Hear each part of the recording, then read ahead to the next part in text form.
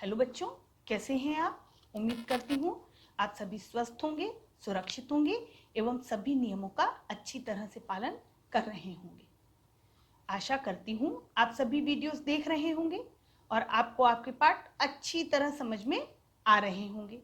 इसके पहले आपने वर्तिका के पाठ 4 को देखा होगा, जिसका शीर्षक संज्ञा है। उम्मीद है आपको संज्ञा की परिभाषा और उसके भेदों की परिभाषाएं अच्छी तरह समझ में आ गई होंगी। आप संज्ञा शब्दों से भाववाचक संज्ञा बनाना भी सीख गए होंगे। चलिए बच्चों, आज हम मुग्धा के पाठ 6 को पढ़ते हैं, जिसका शीर्षक है हार की जीत। हार की जीत कहानी श्री सुदर्शन जी के द्वारा लिखी गई है। यह उनके द्वारा लिखी बहुत प्रसिद्ध और मर्मस्पर्शी कहानी है।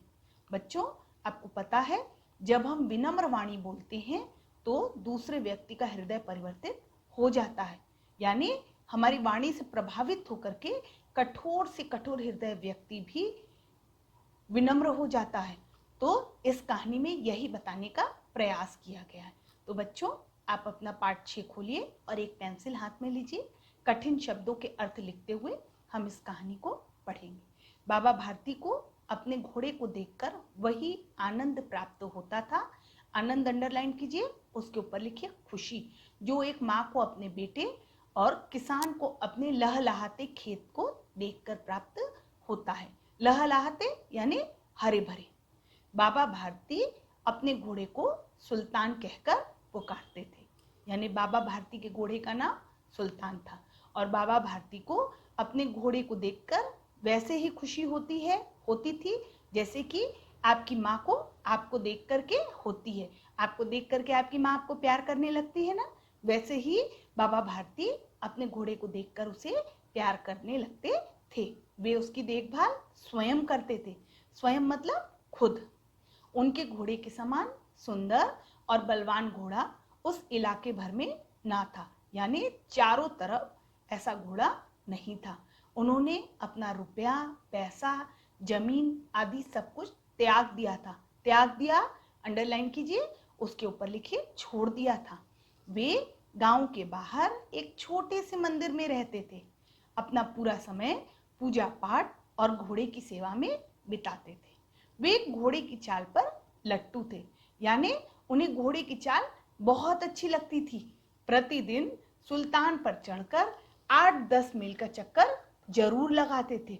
वे प्रतिदिन सुल्तान के ऊपर बैठते थे और 8-10 मील घूमते थे।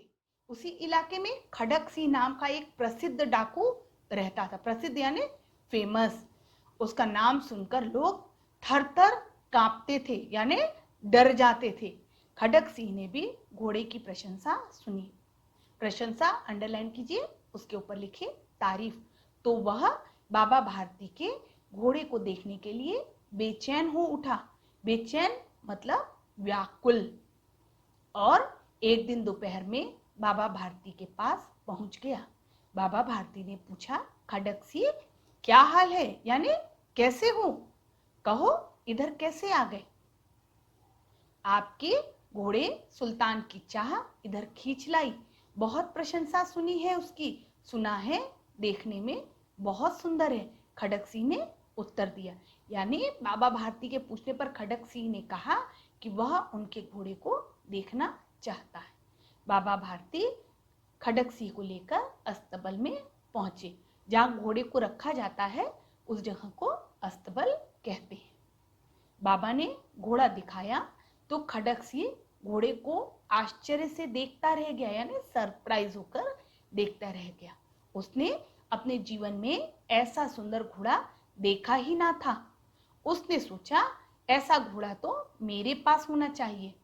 जाते जाते उसने बाबा भारती से कहा, बाबा जी, मैं यह घोड़ा आपके पास नहीं रहने दूंगा। यह सुनकर बाबा भारती डर गए। अब उनकी रात की नींद उड़ गई। रात की नींद उड़ना एक मुहावरा है, यानी अब उन्हें रात को नींद नहीं आती थी। वे रात दिन अस्तबल की रखवाली करने लगे। परंतु कई महीने बीतने के बाद भी जब खड़क सिंह नहीं आया तो बाबा भारती निश्चिंत हो गए, यानी टेंशन फ्री हो गए। निश्चिंत मतलब टेंशन फ्री हो गए। एक दिन की बात है, बाबा भारती संध्या के समय घोड़े पर सवार होकर घूमने जा रहे थे। संध्या मतलब शाम के समय, संध्या अंडरलाइन कीजिए और लिखिए शाम के समय। तभी उनके कानों में आवाज पड़ी, ओ बाबा, इस कंगले की बात सुनते जाना। कंगला मतलब जो गरीब होता है। बाबा भारती ने मुड़ कर देखा, एक अपाहिज वृक्ष की छाया में पड़ा करा रहा है।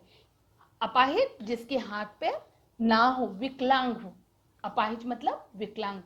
एक पेड़ की छाया में, वृक्ष के को अंडरलाइन कीजिए, उसके ऊपर लिखिए पेड़ की छाया में पड़ा कहरा रहा है। वे उसके पास पहुंचे और बोले, क्यों, तुम्हें क्या कष्ट है? कष्ट अंडरलाइन कीजिए और उसके ऊपर लिखिए तकलीफ, यानी तुम्हें क्या तकलीफ है। अपाहिज बोला, बाबा मैं दुखिया हूं, मुझ पर दया करो। राम वाला यहाँ से 3 मील दूर है, मुझे वहीं जाना है। घोड़े पर चढ़ा लो, परमात्मा भला करेगा। परमात्मा अंडरलाइन कीजिए, इसके ऊपर लिखिए ईश्वर, यानी अपाहिज ने कहा कि मुझे राम वाला पहुंचा दीजिए, भगवान आपका बहुत भला करेगा। बाबा भारती ने घोड़े से उतरकर अपाहिज को घोड़े पर बिठा लिया और स्वयं उसकी लगाम पकड़कर धीरे धीरे चलने लगे। जो लगाम यानी घोड़े को जो पकड़कर चलने के लिए रस्सी बांधी जाती है, उसे लगाम कहते हैं। अचानक बाबा भारती के हाथ से लगाम छूट गई और उन्होंने देखा कि अपाहिज घोड़े को दौड़ाए लिए जा रहा है। जो अपाहिज था वह घोड़े को लेकर के दौड़ रहा है। उनके मुख से भय, आश्चर्य और निराशा मिश्रित चीख निकल गई। मिश्रित मतलब मिलीजुली, यानी वह डर गए, उन्हें आश्चर्य हुआ और वह बहुत निराश हो गए। वह अपाहिज और कोई नहीं, डाकू खड़क सिंह था। बाबा भारती थोड़ी देर चुप रहे, फिर पूरे बल से चिल्लाकर बोले, पूरी ताकत से चिल्ला करके बोले, जरा ठहर जाओ, रुक जाओ। खड़क सिंह ने कहा, बाबा अब यह घोड़ा नहीं दूंगा। बाबा ने कहा, परंतु एक बात सुनते जाओ। खड़क सिंह रुक गया। बाबा भारती उसके पास जाकर बोले, यह घोड़ा तो तुम्हारा हो चुका है, मैं वापस करने की बात नहीं करूंगा, परंतु खड़क सिंह मैं तुमसे एक प्रार्थना करता हूँ। प्रार्थना मतलब रिक्वेस्ट करता हूँ, उसे मना ना करना, नहीं तो मेरा दिल टूट जाएगा। खड़क सिंह बोला, बाबा जी आज्ञा कीजिए, मैं तो आपका दास हूँ। दास मतलब नौकर, केवल घोड़ा ना दूंगा, यानी मैं आपका नौकर हूं लेकिन आपको घोड़ा वापस नहीं करूंगा। बाबा भारती ने कहा, मेरी प्रार्थना केवल यह है कि इस घटना को किसी के सामने प्रकट ना करना, यानी इस घटना को किसी और को मत बताना। खड़क सिंह आश्चर्य में पड़ गया, उसकी समझ में कुछ नहीं आया, तो उसने बाबा भारती से पूछा, बाबा जी इससे आपको क्या डर है? बाबा भारती ने उत्तर दिया, यदि इस घटना का लोगों को पता चल जाएगा तो कोई भी किसी गरीब पर विश्वास नहीं करेगा, यानी कोई भी व्यक्ति किसी गरीब के ऊपर बिलीव नहीं करेगा। इतना कहकर बाबा भारती चले गए, परंतु उनके शब्द खड़क सिंह के कानों में गूंजते रहे। उसने सोचा, बाबा भारती के कैसे ऊंचे विचार हैं, वह कितना ऊंचा सुनते हैं, कैसे पवित्र भाव है, वह कितनी पावन, कितनी शुद्ध भावना है। उन्हें केवल इस बात का ख्याल है कि कहीं लोग गरीबों पर विश्वास करना छोड़ ना दें, यानी सिर्फ वह यह सोच रहे हैं कि लोग गरीबों पर विश्वास करना छोड़ ना दें। वह ऐसा मनुष्य नहीं, देवता के समान है। वास्तव में बाबा भारती मनुष्य नहीं, कोई देव हैं। खड़क सिंह रात के अंधकार में यानी अंधेरे में बाबा भारती के मंदिर में पहुंचा। उसने सुल्तान को अस्तबल में बांध दिया, स्वयं खुद सावधानी से बाहर निकल आया। इस समय उसकी आंखों में नेकी के आंसू थे। नेकी मतलब अच्छाई के आंसू थे।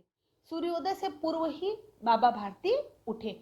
सूर्योदय सूर्य का निकलना। उन्होंने स्नान किया, उसके बाद इस प्रकार जैसे कोई स्वप्न में चल रहा हो।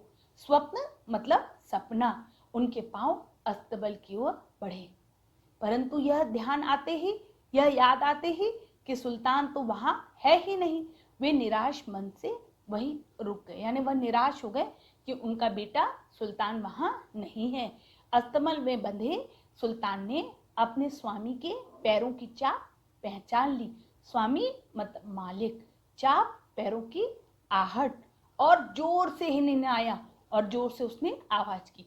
बाबा भारती आश्चर्य और प्रसन्नता से अंदर की ओर दौड़े और घोड़े को देखकर उसकी गले से लिपटकर इस प्रकार रोने लगे मानो कोई पिता बहुत दिन से अपने बिछड़े हुए पुत्र से मिल रहा है। यानी किसी का बच्चा बहुत दिन से दूर गया है और बहुत दिनों बाद वापस आया है, तो उसके पिता उससे रोते हुए मिलते हैं। उसी प्रकार बाबा भारती अपने घोड़े से मिलने लगे। वे संतोष पूर्वक बोले, अब कोई गरीबों की सहायता से मुंह नहीं मोड़ेगा, यानी अब कोई भी गरीबों की सहायता करने से डरेगा नहीं। उम्मीद करती हूँ बच्चों आपको आपका पाठ अच्छी तरह समझ में आ गया होगा। इस पाठ से आपको यह शिक्षा मिलती है कि अगर हम विनम्र वाणी बोले और अच्छी तरह बोले तो कठोर से कठोर व्यक्ति का हृदय भी परिवर्तित हो जाता है। जैसा कि आपने इस कहानी में देखा कि बाबा भारती की विनम्र वाणी से डाकू खड़क सिंह का हृदय परिवर्तित हो गया और उसने चोरी किया हुआ घोड़ा बाबा भारती को वापस कर दिया। तो चलिए बच्चों, अब हम प्रश्नोत्तरों की तरफ ध्यान देते हैं। तो चलिए हम पहले मौखिक प्रश्नोत्तर देखेंगे। खड़क सिंह के नाम से लोग क्यों डरते थे?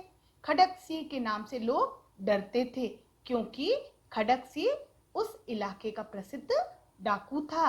नेक्स्ट क्वेश्चन, अपाहिज ने बाबा से क्या कहा? अपाहिज ने बाबा से कहा, मैं दुखिया हूं, मुझ पर दया करो। नेक्स्ट क्वेश्चन, बाबा भारती को सहसा क्या झटका लगा?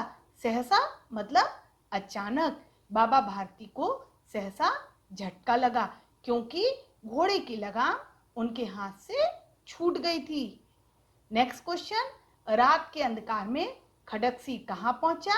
रात के अंधकार में खड़क सिंह बाबा भारती के मंदिर में पहुंचा और वहां पे जाके उसने क्या किया? अस्तबल में घोड़े को बांध दिया। तो चलिए अब हम लिखित प्रश्नोत्तरों की तरफ चलते हैं। बाबा भारती को अपना घोड़ा देखकर किस प्रकार आनंद आता था? जिस प्रकार माँ को अपने बच्चे को देखकर आनंद आता है और किसान को अपने लहलहाते यानी हरे भरे खेतों को देखकर आनंद आता है, वैसा ही आनंद बाबा भारती को अपने घोड़े को देखकर आता था। नेक्स्ट क्वेश्चन, बाबा भारती घोड़े को क्या कहकर पुकारते थे? सुल्तान। बाबा भारती घोड़े को सुल्तान कहकर पुकारते थे। नेक्स्ट क्वेश्चन, खड़क सिंह कौन था? खड़क सिंह उस इलाके का प्रसिद्ध डाकू था। नेक्स्ट क्वेश्चन देखिए, बाबा भारती खड़क सिंह बाबा भारती के पास क्यों गया? खड़क सिंह बाबा भारती के पास उनके घोड़े की प्रशंसा सुनकर उसे देखने के लिए गया। नेक्स्ट क्वेश्चन देखिए, सुल्तान को ले जाते समय बाबा भारती ने डाकू से क्या कहा? बाबा भारती ने डाकू से कहा, मेरी प्रार्थना यह है कि इस घटना को किसी के सामने प्रकट मत करना, यानी इस घटना को किसी को बताना मत, नहीं तो लोगों का गरीबों पर से विश्वास उठ जाएगा। इसी घटना से प्रभावित होकर के खड़क सिंह ने क्या किया था? घोड़ा बाबा भारती के अस्तबल में वापस बांध दिया था। चलिए अब हम नेक्स्ट क्वेश्चन देखते हैं। खड़क सिंह के कानों में कौन से शब्द गूंज रहे थे? मेरी प्रार्थना यह है, इस घटना को किसी के सामने प्रकट मत करना, नहीं तो कोई गरीबों पर विश्वास नहीं करेगा, गूंज रहे थे।